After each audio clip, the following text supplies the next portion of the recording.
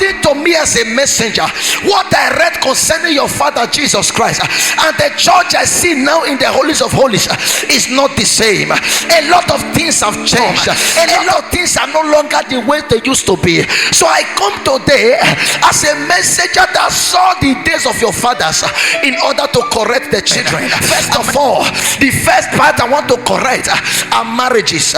What I see in marriages now is different from the way your father ordained marriage. Am I talking to you now? Say, make peace with God.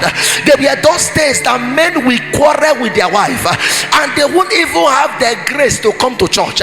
I've seen it. They will say, my wife, you just got me angry, and they wouldn't even have the grace. They'll say, they address for church, they will stop and sit at home. They will say they are not going to church because their wife got them angry. You know why? The spirit of anger that actually pushed them to rebel against the law of marriage, fear God's presence. That is the reason why the man could not have the strength to go to church anymore. But we now live in days where men will beat their wife and come to church to live holy. This is not the reason why marriage was ordained. The Bible said, love your wife. Wife, be respectful to your husband. Anything outside this is from the evil one. In the book of Genesis, when Eve committed sin against God and made the man to fall, God was placing insult on Eve. There were some things he told Eve. He said, Eve, from today, he said, your desire will be for your husband and he will rule over you. That was a very big issue.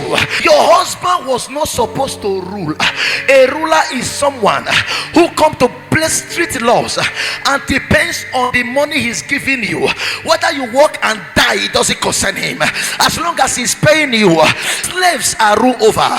But when Jesus got the 12 disciples, he didn't rule over them, he led them. So your husband is supposed to lead you, not to rule over you.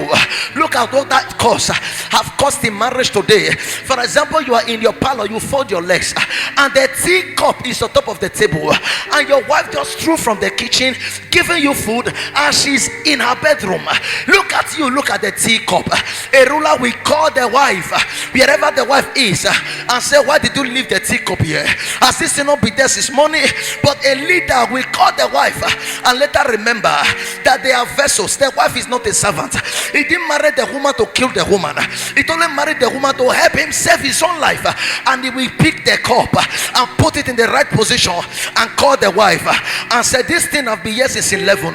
I picked it from here, I put it here. Should the case next time, your wife will not have to labor. Or she will say, thank you, sir. That is a leader that God wants.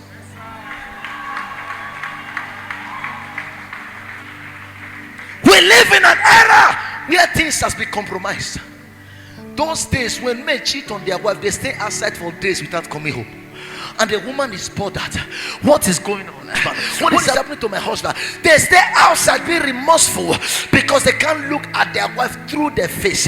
Am I talking to you now? Today, where husband even stay outside, he's consistently cheating on the woman. Today, sir, make peace with God. You are close to your man of God and he gives you prophecy.